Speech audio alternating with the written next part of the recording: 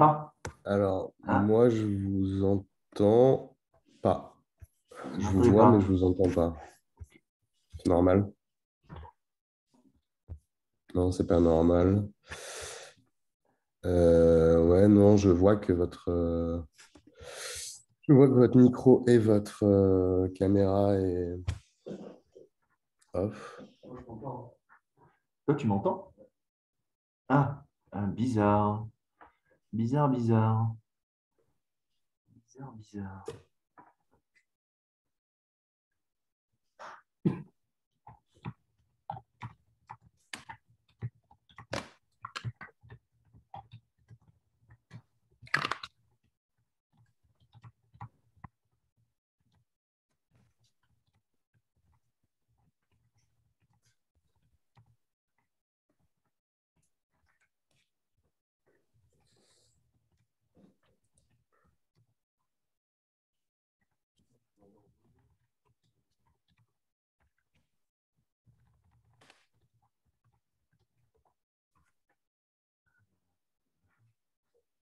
Donc, tu nous entends tous les deux? Ouais. Ok. Mhm. Bizarre, hein, bizarre, bizarre. Alors, comment ça se fait? Vas-y, découpe ton micro et essaye de parler. Alors, comment est-ce que je peux Euh, vérifier que votre Zoom aurait coupé que mon Zoom aurait coupé votre son? Je peux relancer, c'est ça? Est-ce que vous m'entendez? moi, je t'entends. Mais c'est bizarre.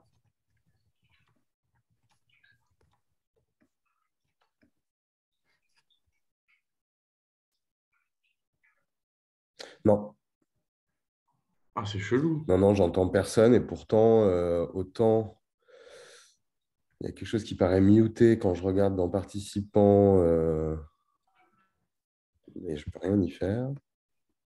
Uhum.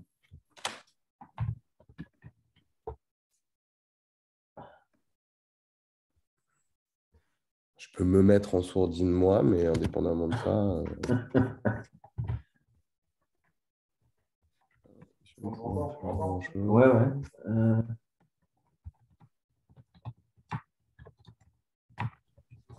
Je peux me reconnecter? On peut toujours essayer.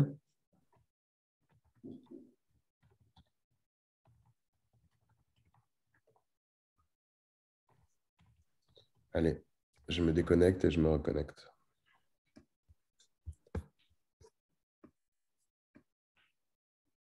Bizarre.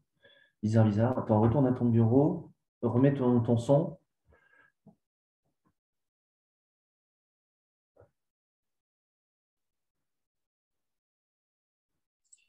Ouais, tu m'entends? Ok, ouais, ouais, ouais. Je t'entends bien.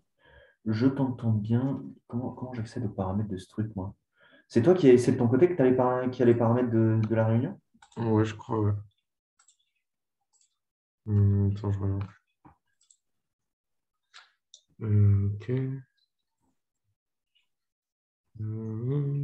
Là, en fait, je sais pas ce que je peux faire là. Je regarde.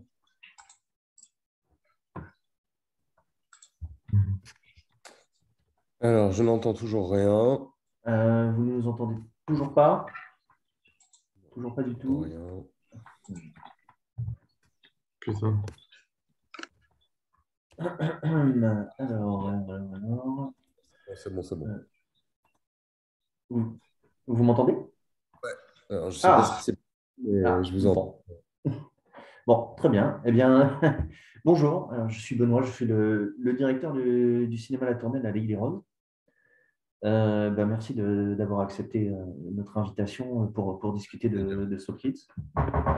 Alors, la réunion on est passé sur Zoom pour pouvoir enregistrer assez facilement, mais le problème, c'est que ça va être limité à 40 minutes. Donc voilà, D'accord? on va avoir un temps limité, mais on aura quand même un peu de temps pour discuter. Donc, nous, Bien sûr. tout ce qu'on fait à la Tournelle depuis septembre, c'est qu'on a un espèce de ciné-club mensuel de films autour de la musique. Ce sont des films de fiction, ce sont des documentaires ou des concerts filmés. Pour l'instant, on n'en a pas encore fait, mais c'est prévu. Et donc, à chaque fois, on essaie de proposer quelque chose à côté. Donc, on a déjà fait des performances. On a fait, par exemple, un documentaire sur le bruitisme et on a fait venir une artiste qui apparaissait dans le documentaire, qui nous a fait une performance en live. Et donc, voilà. Donc, nous, donc là, pour la séance est prévue en février. Je ne sais plus Ouais, exactement la date. Et donc, voilà, on avait eu l'idée de s'entretenir avec vous, puisque comme vous êtes français, c'est plus facile pour nous. de toute façon. Et donc voilà, donc, on va enregistrer donc, notre entretien, puis après on le remontera, on fera une vidéo plus courte. Je pense que ce sera dans les 10-15 minutes en tout. Et voilà, Très bien. on vous enverra, je pense qu'on vous enverra l'intégralité de l'entretien et puis notre version remontée, qu'on diffusera du coup après le film. Euh, donc, pour parler de Soul Kids, on va commencer par une question un peu plus large. Je vais vous demander de vous présenter. Donc, vous êtes Hugo Sobelman, vous êtes donc le réalisateur. Est-ce que vous voulez bien nous expliquer un peu votre parcours en tant que réalisateur et ce qui vous a amené à vous intéresser donc, au sujet de cette école de la Stax? Voilà. Bien sûr. Alors, je vais simplement faire un tout petit. D'abord, vous remercier évidemment de m'inviter. Je suis ravi qu'on puisse échanger comme ça malgré tout et que je puisse apporter un petit peu un petit bonus comme ça, une expérience un peu supplémentaire au public. Donc, je suis ravi de pouvoir le faire. Et par ailleurs, je voudrais simplement prévenir tout le monde que je suis un peu malade et que donc ça s'entend dans ma voix. Euh, alors, moi, je suis donc Hugo Sobelman, j'ai réalisé le film, en effet. C'est mon premier film, Soul Kids. Et j'en suis arrivé. D'abord, c'est mon premier film et puis c'est mon premier documentaire. J'avais jamais fait de documentaire avant. Mais en revanche, j'avais beaucoup, en tant que cadreur, monteur et réalisateur, travaillé autour de la musique. Donc, j'avais fait des clips, j'avais fait pas mal de captations, je travaillais un peu avec des labels. J'ai toujours été très mélomane, jamais musicien, mais toujours très mélomane. Et c'est par ailleurs ce qui m'a amené à voyager dans ces États du sud des États-Unis. Bien avant de connaître la Stax, bien avant de savoir que... Enfin, je connaissais l'institution Stax, mais je n'avais jamais rencontré cette école. Euh, j'ai voulu faire un voyage aux États-Unis parce que j'avais 2, 3 mois devant moi, une caméra, l'envie d'aller un petit peu faire ce que je sais faire de mieux et ce que j'aime faire par-dessus tout, c'est-à-dire filmer et rencontrer des gens. Et donc, j'ai fait tout un périple avec une amie entre la Louisiane, le Mississippi et le Tennessee pour aller un peu comprendre la culture musicale nord-américaine, cet héritage que j'avais découvert de loin, qui m'avait fasciné pendant toute mon adolescence. Moi, il faut savoir que j'ai 33 ans, donc c'est vraiment, je suis de la génération du hip-hop, et c'est vraiment la culture qui a complété mon éducation d'une certaine manière. C'est mon éducation populaire à moi, j'ai envie de dire, Mhm. qui ne m'était pas donnée par ma famille. C'est le versant qui ne m'était pas du tout donné par ma famille. Et en fait, j'ai eu envie de faire ce voyage parce que j'ai eu envie de comprendre l'histoire du hip-hop à rebours, d'une certaine manière. Aller découvrir le jazz, aller découvrir la soul, aller découvrir le funk, aller découvrir les spirituals, le gospel, le blues, etc.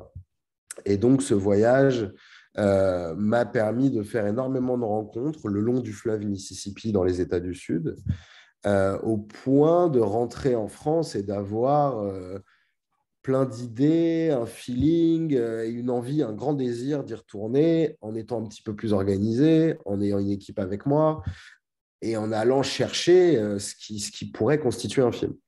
Avec en tête l'idée qu'il y a un lien, l'axe d'une certaine manière, c'était il y a un lien extrêmement fort entre la culture musicale noire américaine, l'histoire de la musique noire américaine et les combats sociaux menés par cette même communauté. Donc ça va, et c'est millénaire, c'est-à-dire que ça va de l'Afrique de l'Ouest, des spirituals, jusqu'au hip-hop aujourd'hui. Et évidemment, la soul est une étape majeure et pas si lointaine. Mais il n'était pas dit qu'il s'agisse de soul, il aurait pu s'agir de blues à ce stade-là. Mhm. Et j'ai rencontré des producteurs qui ont eu suffisamment de cran pour m'envoyer de courage, pour m'envoyer là-bas avec une équipe, avant même d'écrire un dossier, avant même de savoir quel film on avait devant nous. Il y avait D'accord. simplement un angle et un désir et une facilité que j'avais avec les gens que je rencontrais là-bas. Parce que la langue, parce qu'une envie d'apprendre, parce qu'un lien culturel malgré tout, et c'est ça qui est assez incroyable avec Internet, quoi. C'est qu'il y avait des private jokes que je pouvais faire avec eux, sans jamais avoir mis les pieds là-bas, mais en ayant consommé suffisamment de contenu local Ouais. pour... voilà.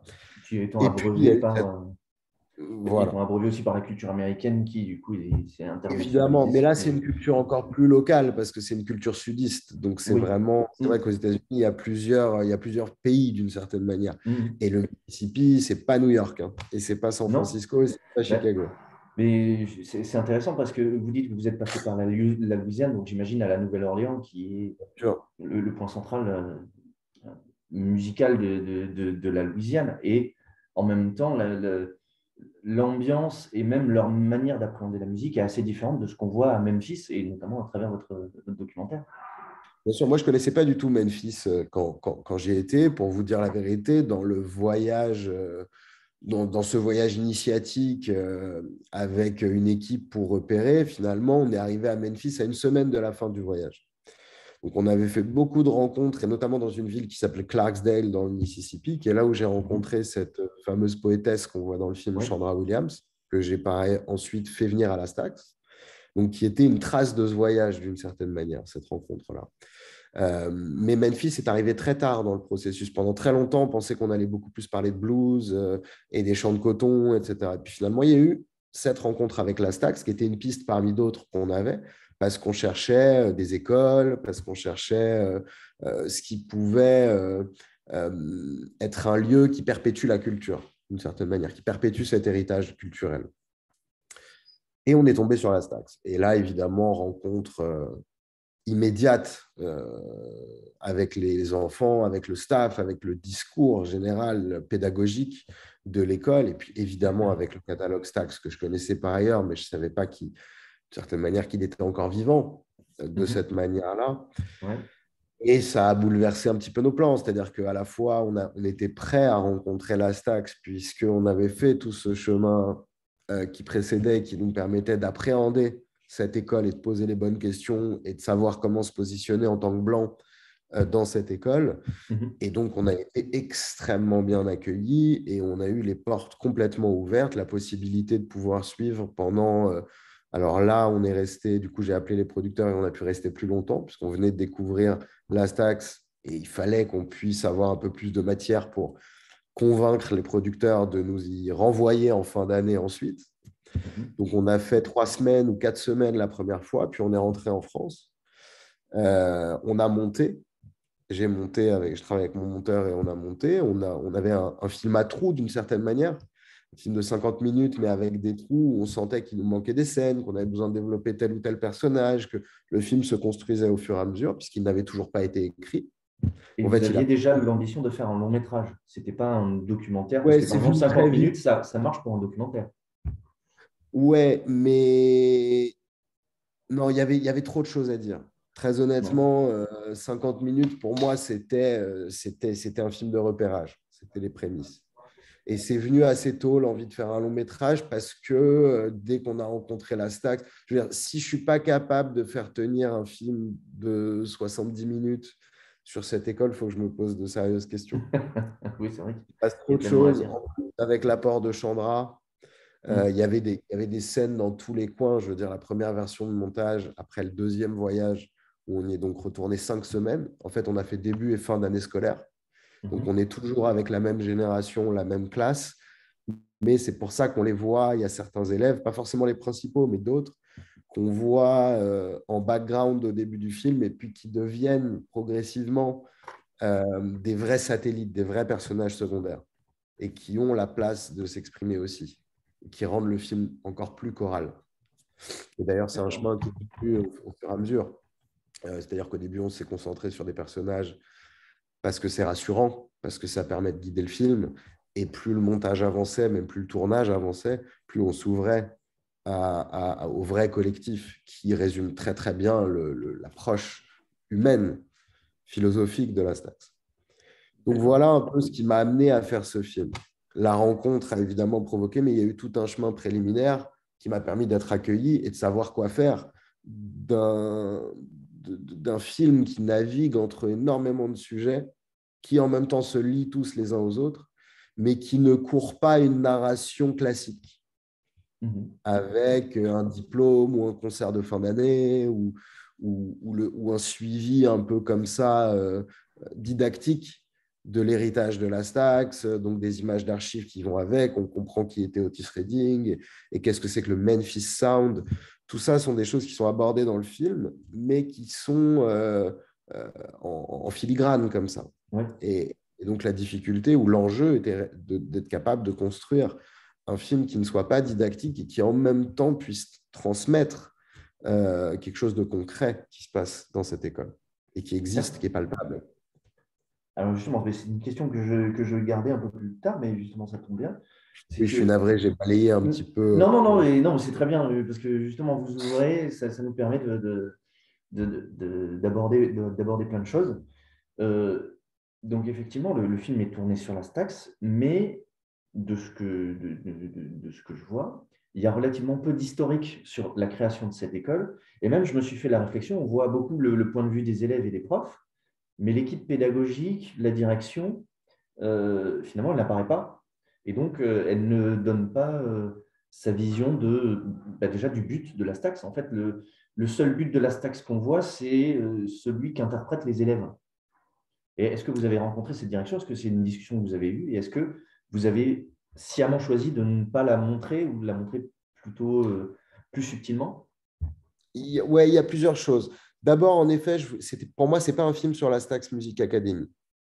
C'est un film à la Stax Music Academy sur, si je devais, moi, mettre le film dans une case et exposer son sujet, c'est quel rôle peut tenir l'art dans la vie d'enfants, d'adolescents qui sont confrontés à des problématiques raciales et sociales extrêmement difficiles. Quel rôle peut tenir ce qu'on appelle un safe space aux États-Unis, à travers l'art notamment, mais d'une certaine manière, ça peut être à travers le sport, ça peut être à travers plein d'autres choses. Comment on fait pour créer une société nouvelle d'une certaine manière? Pour moi, le film, alors ça se passe à la Stax parce que, en effet, l'approche pédagogique de cette école favorise ça, favorise cette possibilité-là, cet espoir-là. Mais je ne voulais pas faire un film sur cette école parce que sinon, c'est un film, même si j'aime pas ce mot, c'est un peu un film propagandaire. Je ne voulais pas du tout faire un film propagandaire, même si je trouve que c'est génial ce qui se passe là-bas. Par ailleurs, pour avoir assez bien fréquenté la partie administrative de la Stax, c'est la partie un peu immergée qu'on ne voit pas, c'est beaucoup de col blanc et c'est très à l'américaine. C'est-à-dire, ce sont des fondations privées. L'école, elle est entièrement gratuite pour les enfants, mais ce n'est pas du tout social. Ce sont des énormes millionnaires et milliardaires qui font des dons déductibles d'impôts, etc. Oui. Voilà. Donc, ce n'est pas très sexy d'abord cinématographiquement parlant. Et C'est de modèle deux, américain. je pense, je voulais éviter au maximum, et ça rejoint l'idée de faire un film de cinéma, éviter au max, si j'avais pu, si j'avais eu les images pour et si j'avais pu convaincre producteurs et distributeurs d'accepter ça, j'aurais pas eu de carton au début du film, par exemple. D'accord. Il y a des cartons au début du film qui expliquent un peu ce qu'est Memphis, etc. J'aurais voulu être le moins didactique possible parce que je pense que tout ça peut se raconter à travers leur visage. Et c'est pour ça, et leurs émotions. Et c'est pour ça que je les ai autant filmés en gros plan. Ouais. C'était pour répondre à toutes ces questions-là. Et pour laisser le spectateur vivre avec eux plutôt que d'essayer de les poser dans une case de violence, de pauvreté, de ne pas poser ce jugement dès les premières images du film sur eux. C'est pour ça que je ne voulais pas mentionner leur âge, par exemple. Et que là, je le donne à la toute fin du film. Et que j'ai eu pas mal de réflexions de gens qui me disaient, mais ils ont 22, 23 ans. Et qu'à la fin du film, ils comprenaient que non, on avait entendu des paroles d'adolescents. Et je trouve ça intéressant de ne pas poser un âge sur eux, de ne pas poser une condition sociale immédiatement sur eux. Et de la même manière que ne pas poser le poids de c'est le futur Otis Redding ou c'est le futur Sam and Dave, de ne pas ancrer ça dans un héritage un peu bête et méchant de la Stax. D'accord. Et de les laisser. Donc, pour moi, ce que je laisse filtrer de l'intention de la Stax, c'est dans la première scène, en réalité, dans la première scène à l'intérieur de l'école, où on entend un prof, alors on découvre tout, etc., mais on entend un prof en voix off dire que l'enjeu de la Stax, c'est de former des élèves qui pourront obtenir des bourses. Oui. Et il faut savoir qu'aux États-Unis, et notamment pour des familles noires américaines qui vivent dans des conditions assez précaires, obtenir une bourse, c'est un enjeu primordial. Bah, de survivre. Et on peut obtenir une bourse à travers la musique pour faire des études de sociologie. Il y a des ponts partout. Donc, en fait, créer une compétence et créer un savoir autour de la musique leur permettra d'obtenir 4 ans de fac entièrement payés, ce que leurs familles ne pourront jamais financer. Donc, le véritable enjeu, il est là en réalité. Et c'est social. Maintenant, à travers la musique, on peut faire passer, et il le prouve, énormément de messages qui, moi, m'intéressaient encore plus que le fonctionnement d'une école ou l'héritage pur et dur d'un label. Disons que toutes ces choses-là, je voulais de nouveau les traverser un peu en filigrane et plutôt à travers une réflexion émotionnelle qu'à travers une approche anthropologique. D'accord. Sur la question de l'âge, justement, vous disiez, mais il y en a qui disaient qu'ils avaient 22, 23 ans. Il y a un truc qui est assez frappant dans le documentaire, c'est qu'ils sont quand même assez éveillés aux questions, aux enjeux de la politique. Ils sont assez engagés. Est-ce que c'est quelque chose qu'ils avaient avant de rentrer dans cette école ou est-ce que c'est quelque chose qu'ils ont cultivé grâce à la Stax? Je pense qu'il y a des deux. Parce que je ne pense pas que ces enfants soient nécessairement... Je ne peux pas dire que j'ai fréquenté d'autres écoles à Memphis.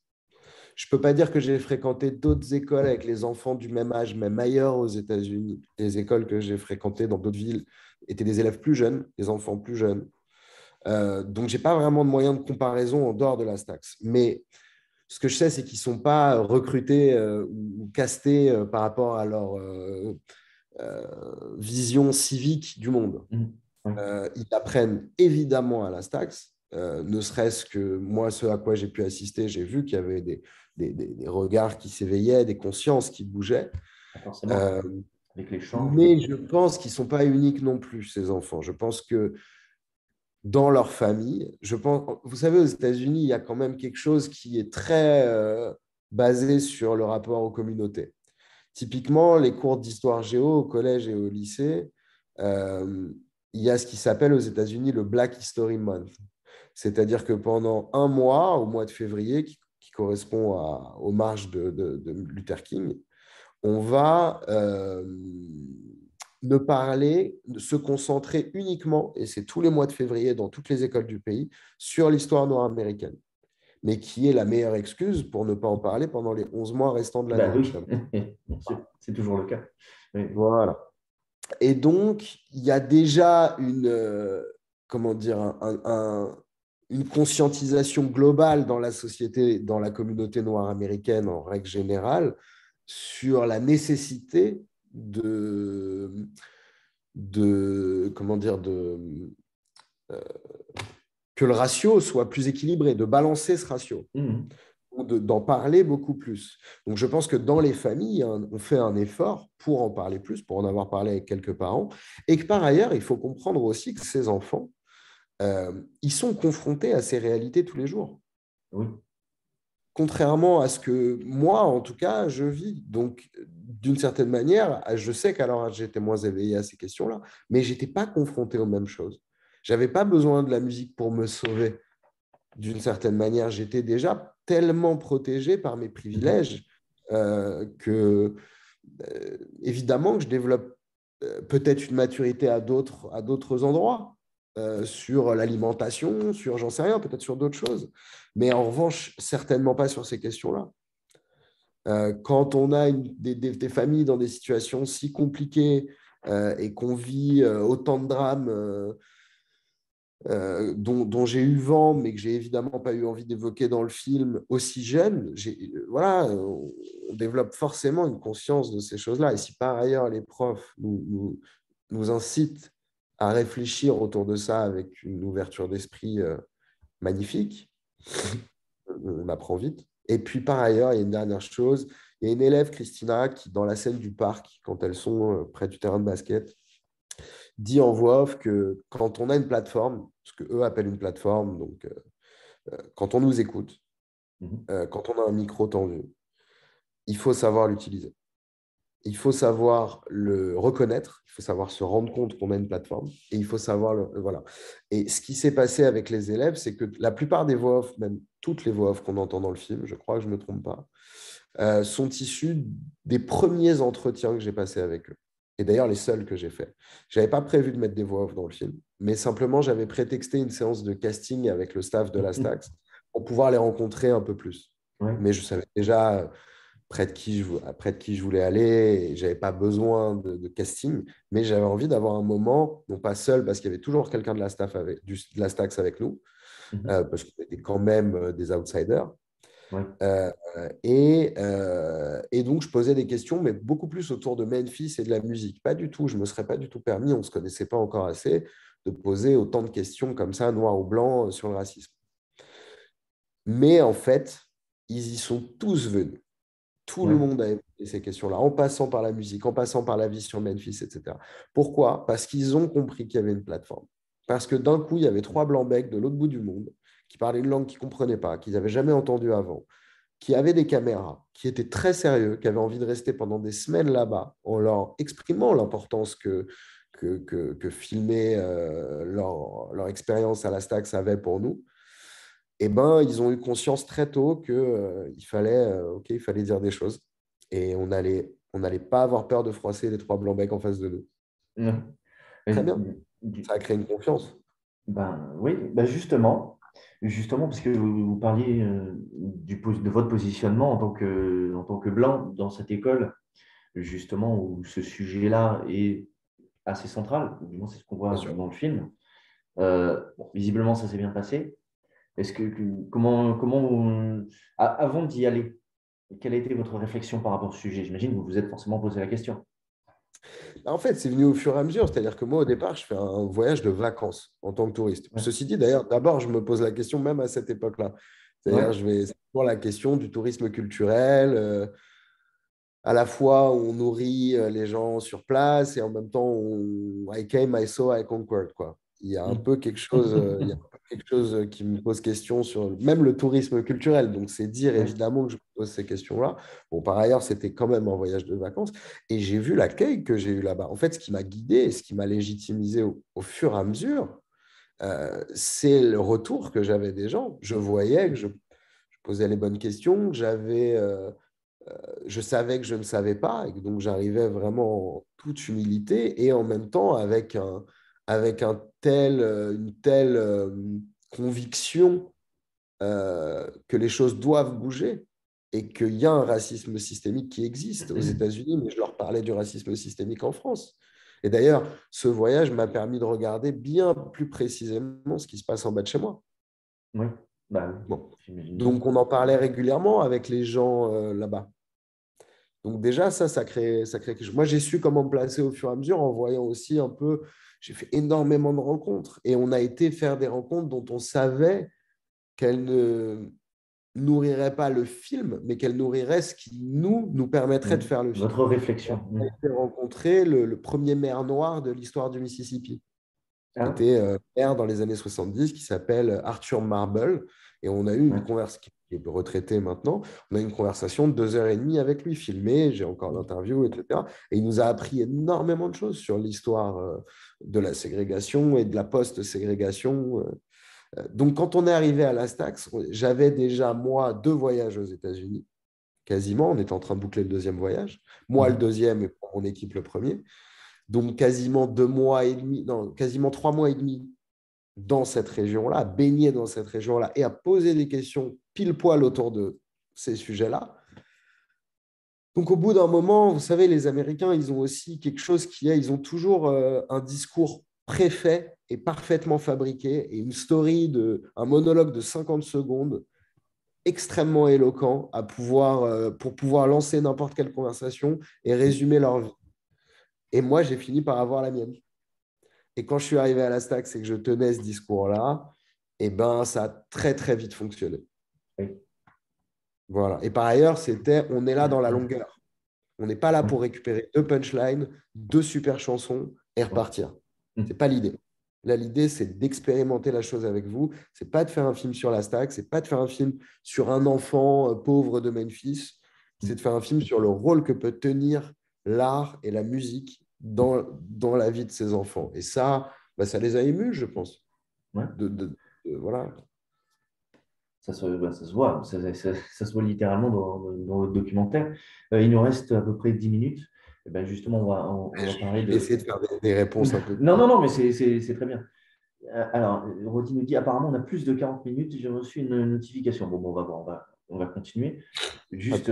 Justement, sur cette question du rapport à l'art, et il y a une réflexion que je trouve assez fascinante, qui est amenée par Chandra, justement sur sur le rap. Notamment sur ce rap avant les années 90 qui se permettait de tout parler et qui, dans les années 90, s'est transformé vers une imagerie plutôt gang, plutôt fuck la police. Je vais parler de NWA, fuck la police, un peu rébellion, et qui donc a participé à propager cette image du noir délinquant, en fait. Et ces élèves-là, oui. Non, pardon, je pensais que vous vouliez que je rebondisse, mais j'écoute. Vous pourrez rebondir. Je vous pose juste la question. Bien sûr. Ces élèves-là, donc dans cette école, ils font principalement de la soul. Mais est-ce qu'avant d'arriver à cette école, ils étaient bercés déjà par la soul, ou est-ce que justement, ils étaient bercés eux aussi par le rap? Bah, alors, il y a 2 choses. À la fois, ils sont bercés par la soul probablement quand même, et même le rock, puisque Memphis est tellement une ville de musique. Elvis. Voilà, et puis toutes ces familles vont, c'est pour ça qu'ils chantent aussi bien à cet âge-là, c'est que toutes les familles vont au gospel extrêmement Ils chantent jeunes. magnifiquement bien, c'est vrai. Ils vont au gospel à 3 ans. La règle à Memphis, c'est que si tu peux marcher, tu montes sur scène et que plus tu es timide, plus on t'applaudit. Donc en fait, à 6-7 ans, ce sont des bêtes de scène. Et il y a même une question de survie, parce qu'il y a un jeune qui dit, moi j'étais celui qui chantait du quartier, donc personne ne me touchait. Ouais, bah oui, bien sûr. Donc ça tient déjà un rôle extrêmement important. Et par ailleurs, évidemment que si Chandra leur parle du rap, c'est parce que c'est la musique.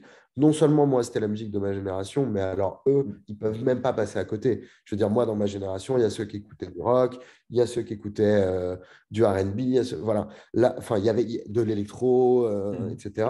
Là, je veux dire, quand on grandit à Memphis, dans la communauté noire américaine, il y a 99% de chances pour qu'on écoute du rap ou qu'en tout cas, ils nous parviennent d'une manière ou d'une autre sur les réseaux sociaux, à la télé. Et c'est pour ça qu'elle choisit évidemment de leur parler de rap.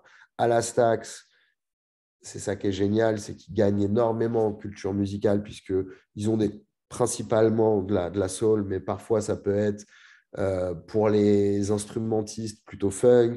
Ou même un peu où ils ont une base jazz de toute façon, et puis parfois un peu R&B, et puis parfois un peu gospel, et puis d'ailleurs j'ai l'impression qu'on le voit dans le film, il y a une chanson qui s'appelle Remove These Clouds qui est clairement un gospel.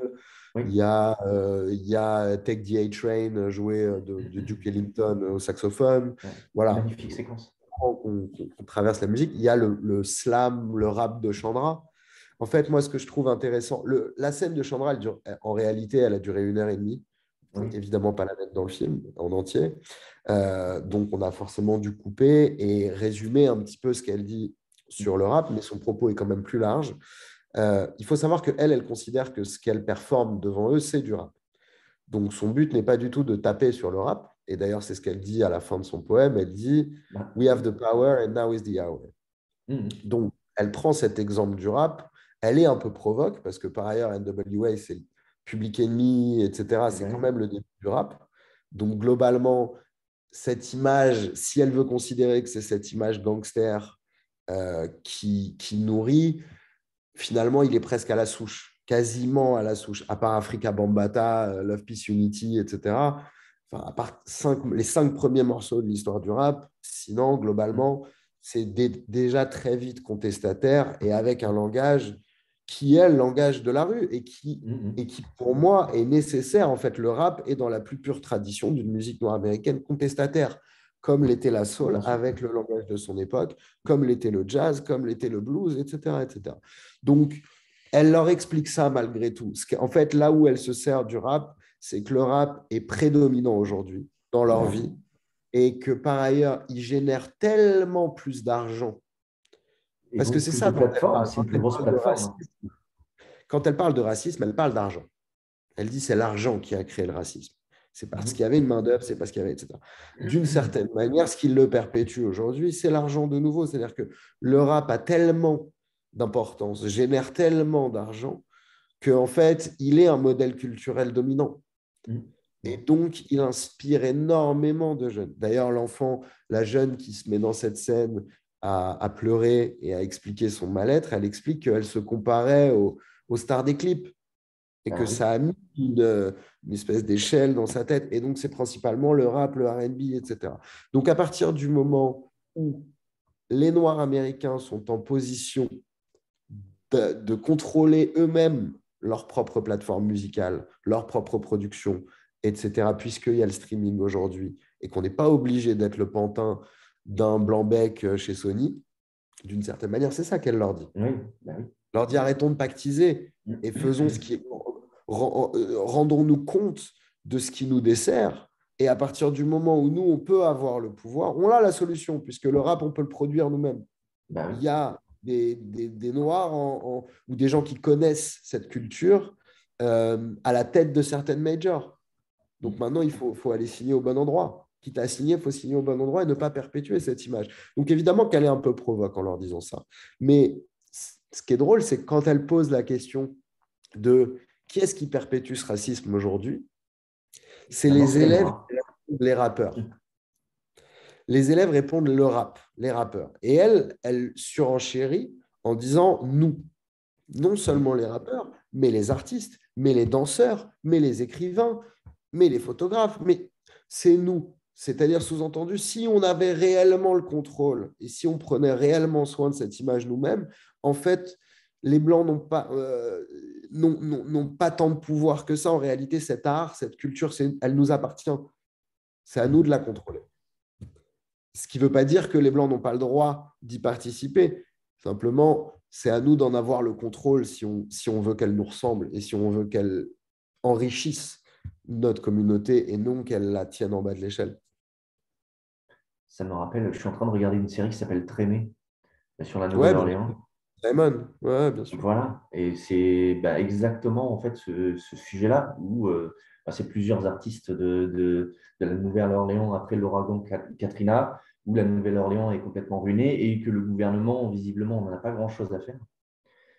Et donc, comment s'emparer de la musique? Et en même temps, il y a ce personnage du jazzman qui est originaire de la Nouvelle-Orléans, qui fait carrière à New York, qui décide de revenir aux sources en fait, et de commencer à produire des albums avec un son Nouvelle-Orléans, avec Avec une une culture origine locale. Ah Nouvelle-Orléans. oui, Ouais, bien sûr. Mais de toute façon, c'est extrêmement important ce rapport à l'héritage culturel et à comment il est perpétué, à comment il est récupéré aussi.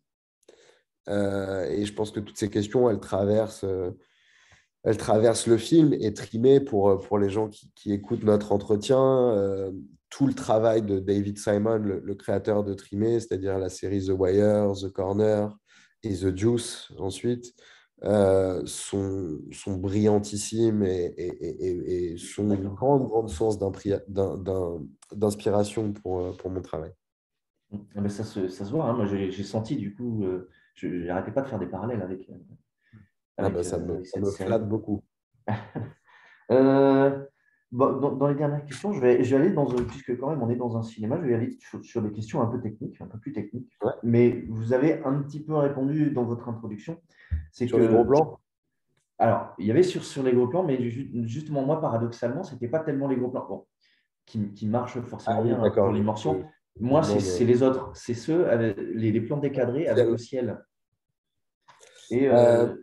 Oui, non, oui, je... allez-y, pour moi, ça note clairement une réflexion de réalisation. Vous m'avez dit que vous veniez du clip, que vous aviez déjà fait des trucs. Donc, forcément, je fais le recoupement.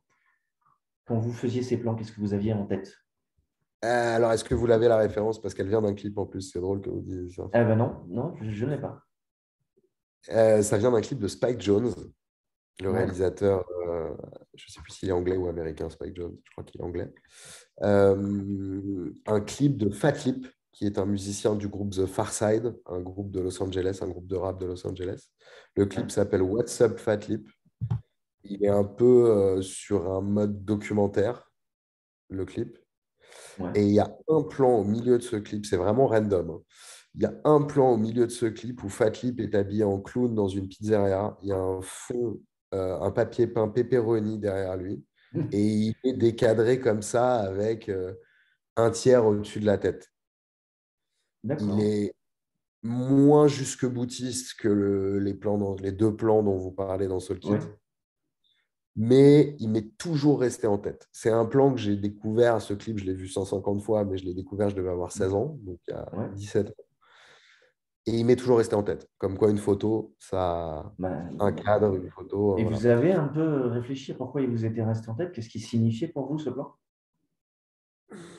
Après, disons qu'une fois que le plan était dans le film, ce qui est drôle, c'est que le plan sur les filles, la scène du parc avec les filles, et Mhm. donc ce premier plan qu'on voit avec le ciel au-dessus de la tête, on le fait pendant le premier tournage, Ouais. le premier voyage. Et au montage, on le fait, c'est moi qui le tourne. On a tourné à 2 caméras tout le film, mon chef opérateur Dorian S et moi. Ce plan-là, c'est moi qui le tourne.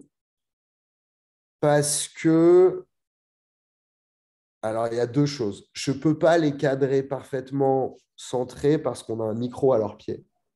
Oui. Donc il faut que je coupe leurs pieds. Mais je n'ai pas envie de les cadrer comme ça, ces bâtards. Donc je suis prêt à l'assumer et je vais retrouver ce cadre de Spike Jonze, qui me Mhm. plaît sur le moment, qui est une référence comme ça, inconsciente, mais le soir même, quand je regarde le plan, je me dis, ah putain, je l'ai piqué à ça. Mais Et ce ensuite, qui vient toucher l'influence de la culture, justement, même au niveau bah, bien sûr, inconscient, c'est bien qu'on est sûr, toujours bien sûr. façonné Au-delà d'une par les réflexion images qu'on a. intellectuelle, Mhm. culturelle, Mhm. au-delà de la Ouais. réflexion intellectuelle. Et ensuite, en montage, on s'aperçoit qu'il est métaphorique, ce plan, qu'il exprime bien plus que juste un cadre, que Bah oui, c'est c'est cette exactement phrase ça. américaine, sky's the limit, quoi. Ouais. C'est-à-dire, il y aura toujours de l'espoir au-dessus de vous si vous continuez de. Pour moi, vos cerveaux s'élèvent dans Mhm. le plan. Il y a la place pour grandir dans le plan. Et donc, au montage, on se rend compte qu'il a quelque chose, toute proportion gardée, hein, et sans aucune prétention, mais d'iconique à l'échelle du film. Ah oui, Et clairement. donc, quand on rentre aux États-Unis, quand on retourne aux États-Unis avec ce film à trous, on sait qu'on veut faire une scène parallèle à celle des filles dans le parc avec les garçons. Et donc, quoi de mieux que de refaire le même cadre? Bah oui, Alors, c'est pas tout à fait le c'est même, ce on qui est parle le posé plus. ailleurs, on est plus en contre-plongée, mais il parle de l'avenir. Mhm. On savait, moi, la seule chose que je leur ai demandé avant cette scène, c'est parlez-moi de l'année prochaine, comment ça va se passer, puisqu'ils étaient à un mois de la fin du lycée. Et Ouais. il y en a un qui avait obtenu une bourse pour Los Angeles pour 4 ans, Oh, celui qui merveilleux. et qui rassure l'autre, qui lui reste à Ouais. Memphis. Et donc, c'est ça D'accord. qui se joue dans cette scène. Et pareil, je voulais pas le. C'est pas grave si on comprend pas parfaitement ça dans le film, dans la scène. On comprend l'émotion qui traverse. On Oui. comprend qu'il y a un copain qui rassure l'autre. Il y en a un qui est prêt à s'envoler, il y en a un autre qui a un peu peur. Ouais. Et qu'on comprenne parfaitement que dans 2 semaines, il y en aura un qui sera à Los Angeles pour 4 ans et que l'autre restera à Memphis, c'est pas grave. Euh, mais en revanche, voilà, il y avait ce parallèle avec ce plan et Sky is the limit. Donc, et c'est vrai que la réflexion et le côté métaphorique de ce plan est venu pendant le montage, entre D'accord. les deux. C'est pour ça on a tourné les deux à 6 mois d'intervalle, en fait. Oui, je vois. Très bien. Et justement, puisque vous en parlez, vous je vais aller sur le sujet de la préparation. Parce que là, vous avez eu ces deux jeunes, vous leur avez dit parlez-moi de l'avenir. Et je m'intéresse à une séance, ben, justement, c'est leur conversation, où leur conversation est vraiment très montée. Il y a des chants contre chants, chose qu'on ne voit pas tellement dans le cinéma documentaire, puisqu'il faut, en général, c'est sur le moment qu'on capte. Donc, en général, on n'a qu'une seule caméra. Et donc, on ne s'amuse pas à faire des champs contre champs en leur disant, eh bien, attends, pose ta question, laisse-moi me placer là, tiens, vas-y, réponds, et fais ça. Et du coup, comment vous vous êtes pris pour ce montage, pour cette scène, parce qu'elle est vraiment très montée, On hein. a deux caméras. Ah, vous avez deux caméras. D'accord. Ah oui, oui. Pendant tout le film, on a deux caméras. D'accord. Il n'y a aucune scène qui. En fait, il y a la seule scène où on est à une caméra et où on leur fait refaire une chose, seule scène, c'est les garçons dans le parc quand ils chantent et qu'on recule, Oui, quand ils marchent et qu'ils traversent le parc. d'accord. Et ça, c'est uniquement pour des questions techniques parce que c'était un plan un peu difficile techniquement à mettre Bah, en place et qu'on a eu besoin de 3-4 prises pour rentrer la scène parfaitement. Mais eux étaient tellement naturels qu'en fait, si techniquement on avait été bon, on aurait fait une seule prise. d'accord. Donc, eux, ils changeaient tout ce qu'ils disaient, tout ce qu'ils chantaient. Ils étaient tellement. C'est comme s'ils avaient marché pendant 40 minutes plutôt que de faire 5 Mhm. prises de 1 minute. Voilà. Ouais. Simplement, on revenait, on faisait le même chemin à chaque fois. C'est la seule scène qui est tournée comme une fiction, si j'ose dire. Ah ouais. Le Moi, reste, j'aurais. ce n'est que du direct. D'accord. Et en effet, la scène des garçons dont vous parlez, elle est d'abord, tout commence en plan large. Donc, on a une caméra en plan large et une caméra sur un côté. Puis, au milieu de leur conversation, sans les interrompre, la caméra qui est en large va se mettre en contre-champ. Et donc, on récupère le champ contre-champ ensuite. D'accord. Ah, bien joué. Et non, jamais j'aurais pensé dialoguer Bah oui. leur impossible. Oui. Justement, vous parlez sur ces plans difficiles. Moi, l'une des scènes qui me marque, mais aussi ben, parce que ça vient de me toucher personnellement, c'est vers la fin du film, en fait, tout ce processus de création de leur chanson, où ils partent sur un truc existant et qui disent, bon, alors on va trouver une mélodie. Et ils font du brainstorming. Ils n'ont ni mélodie, ils n'ont ni parole. Et puis, ça vient sur le moment. On voit que les premières choses qui arrivent, bon, c'est Martin Luther King, c'est nous avons travaillé dur. Tout ça, c'est cette appropriation de toute cette réflexion qu'ils ont eue à l'école. Et, Bah, euh, bien. et ça, en plus, il y a un déplacement. En plus, ils se déplacent dans l'école pendant qu'ils chantent, pendant qu'ils créent, ce que je trouve ça absolument fantastique. Comment ça, c'était quelque chose qui était prévu? Vous aviez prévu de filmer ce processus de création, justement? On en rêvait. On en rêvait, Ouais. mais en Vous fait, ne ce saviez qui est pas si assez. ça allait vraiment arriver. Non. Ah non, non, on n'en avait aucune idée. On n'en avait aucune idée parce que j'avais pas forcément envie de construire le film avec des échéances comme ça. J'avais pas forcément envie d'avoir le concert de fin d'année. Oui, Donc, oui. je me disais que je trouverais une fin. Mais j'avais pas envie, moi, de me dire, bon, bah, tant qu'on n'a pas ça, on n'a pas de fin. Parce que j'avais peur de cette appréhension-là. J'avais peur de cette promesse qui tomberait à l'eau. Ou voilà. Et puis, à un moment est venu, nous, tous les matins, en fait, j'allais voir la CPE et je lui demandais ce qui était un peu prévu aujourd'hui. On faisait un petit production meeting d'un quart d'heure avant que les cours commencent. D'accord. Moi, j'influais en rien, à part en faisant venir Chandra, Bah, ce qui est quand même une mais je sacrée. sondais pour savoir ce qu'il allait être fait dans telle ou telle classe. Et puis au bout d'un moment, bah là, ils vont écrire leur propre chanson. Ah bah super, est-ce que je peux simplement avoir ces deux garçons dans le même groupe? Ouais, Voilà. Seule chose, seul degré d'influence, c'était ça, parce que ça nous arrangeait. ouais. Mais de toute façon, je pense que les profs nous aidaient au bout d'un moment. Ah ouais. C'est-à-dire qu'ils savaient qui étaient les quatre personnages et ils nous les ont mis dans les pattes tout de suite. Enfin, Et ils ont bien ils ont compris. aussi compris le principe de plateforme, justement, comme les élèves, du coup. Si, bah, évidemment. Mm. Ah bah, c'était les premiers à nous dire, mais pourquoi vous n'allez pas le filmer lui et pourquoi vous n'allez pas le filmer lui? Enfin, ils avaient envie de Ah mettre tout oui. le monde en avant parce que l'égalité des chances à tout prix, évidemment. Euh, et ensuite, bah, on tombe sur cette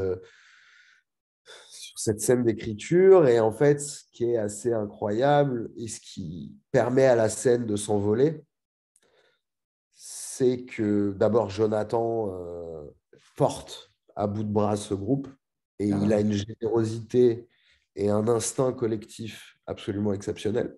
Mm. Et collectif au point de... En fait, c'est lui. Lui était un de nos alliés dans les tranchées, d'une certaine manière. Ouais. C'était le plus mature, c'était celui qui comprenait le mieux, il veut devenir acteur, c'était celui qui comprenait le mieux la caméra. Et donc, c'est lui qui les fait sortir. En fait, si vous regardez ce plan large, au moment où ils sont tous en train de faire Loving You, Loving You, Loving You, lui, il fait un signe à tout le monde en leur disant, venez, on sort. Ouais. Et donc, c'est lui qui crée ce mouvement. Donc, et ça, il le fait vraiment pour nous. Ouais, c'est Et ouais. la chance qu'on a eue, c'est non seulement son implication dans cette scène et pour l'exercice et pour le film. Et par ailleurs, ça s'est fait un vendredi en fin de journée. Et n'importe quel prof sait de quoi je parle. Vendredi, Ouais, même les élèves. Hein. et même les élèves savent de quoi je parle, même tous les anciens élèves. Le vendredi en fin de journée, on lâche. Oui. Là, à ce moment-là, au moment où la scène déborde, dépasse l'exercice, en fait, le cours est fini. Mm. À ce moment-là, le cours est fini, juste ils ont tellement envie de rester ensemble et c'est une colo. Et ils aiment tellement chanter, c'est tellement une chorale qui s'éclate, qu'il se passe ça. Et c'est vrai que ça fait partie de ces moments comme le saxophoniste dans l'église, ça fait partie des moments les plus privilégiés, les plus magiques qu'on a pu vivre, où on sentait qu'il se passait quelque chose d'incroyable sous nos yeux. Voilà. Super. Oui, c'est une fin absolument magnifique et bouleversante. Je pense qu'on va s'arrêter là.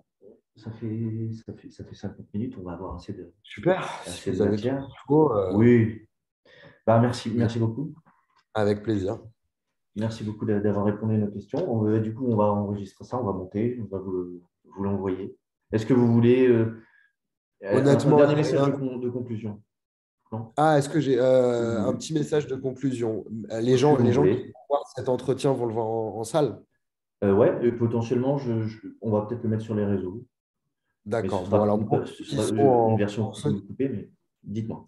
ceux qui sont en salle, merci d'avoir fait le déplacement. Je pense que les films de musique, les films de cinéma, les films documentaires, c'est bien d'aller se déplacer. On en a besoin. Et même si je n'ai pas pu vous rencontrer physiquement, pouvoir partager ce moment avec vous, ou en tout cas vous partager les à côté du film, c'est très important. Et je pense que ça, c'est quelque chose qu'on ne peut pas expérimenter autrement qu'en salle et qu'avec ce genre de plateforme. On parlait de plateforme pendant notre discours, ça en fait partie aussi. Oui. Je pense que ça n'a pas le même impact, donc je tiens à le dire. Voilà, et merci d'avoir fait le déplacement. Et par ailleurs, croyons en nos jeunes, croyons aux mots, au dialogue et en le pouvoir de l'art et de l'éveil à toute forme artistique à un plus jeune âge. Je pense qu'il faut pousser, militer pour ces choses-là, militer pour que les écoles soient mixtes, militer pour que euh, voilà, militer pour toutes ces choses-là à travers l'art. Je pense que c'est un noble combat dans le monde dans lequel on vit. Et moi, je vais continuer en tout cas sur cette veine. Et j'espère qu'on aura l'occasion de se re-rencontrer pour d'autres films. Ben oui, ben justement, est-ce que vous avez votre projet suivant? Vous l'avez en tête? Vous travaillez dessus? Ouais, alors j'ai un autre film qui sort en salle dans 3 semaines, mon Oh, prochain film, qui s'appelle Golda Maria, qui est un film très différent, un documentaire aussi, que j'ai co-réalisé avec mon père, qui est un film sur la vie de mon arrière-grand-mère, donc de la grand-mère de mon père, qui est une rescapée d'Auschwitz, et que mon père a interrogé il y a 25 ans, qu'il a filmé avec sa Betacam, qu'il a interrogé pendant 3 jours sur sa vie. Elle est morte à 102 ans, elle a eu 115 vies. Et elle raconte l'avant, le pendant et l'après beaucoup aussi. C'était surtout ce qui intéressait mon père. Comment on fait pour continuer de vivre alors pour que se reconstruire, oui. se reconstruire, on a perdu sa famille et il faut construire une nouvelle famille. Euh, et voilà, donc moi j'ai monté le film et en ça on l'a co-réalisé. On sort le 9 février donc en salle. Et puis je travaille actuellement sur un film à Paris, un peu sur les mêmes questions sociales, raciales qu'Alastax, mais autour d'une permanence d'aide juridique. Donc, on n'est pas dans la musique, mais l'art est quelque part là-dedans. Oui. Et l'idée de faire un film choral entre les lignes comme ça perdure. Donc, je pense que les gens qui ont aimé Soul Kids ou vu Soul Kids pourront reconnaître certaines choses. Moins dans Golda Maria, mais probablement sur le prochain. Super. Bien, merci beaucoup. Merci à vous. Et bien, bon courage pour vos projets. À très Eh bientôt. bien, à bientôt. Au revoir.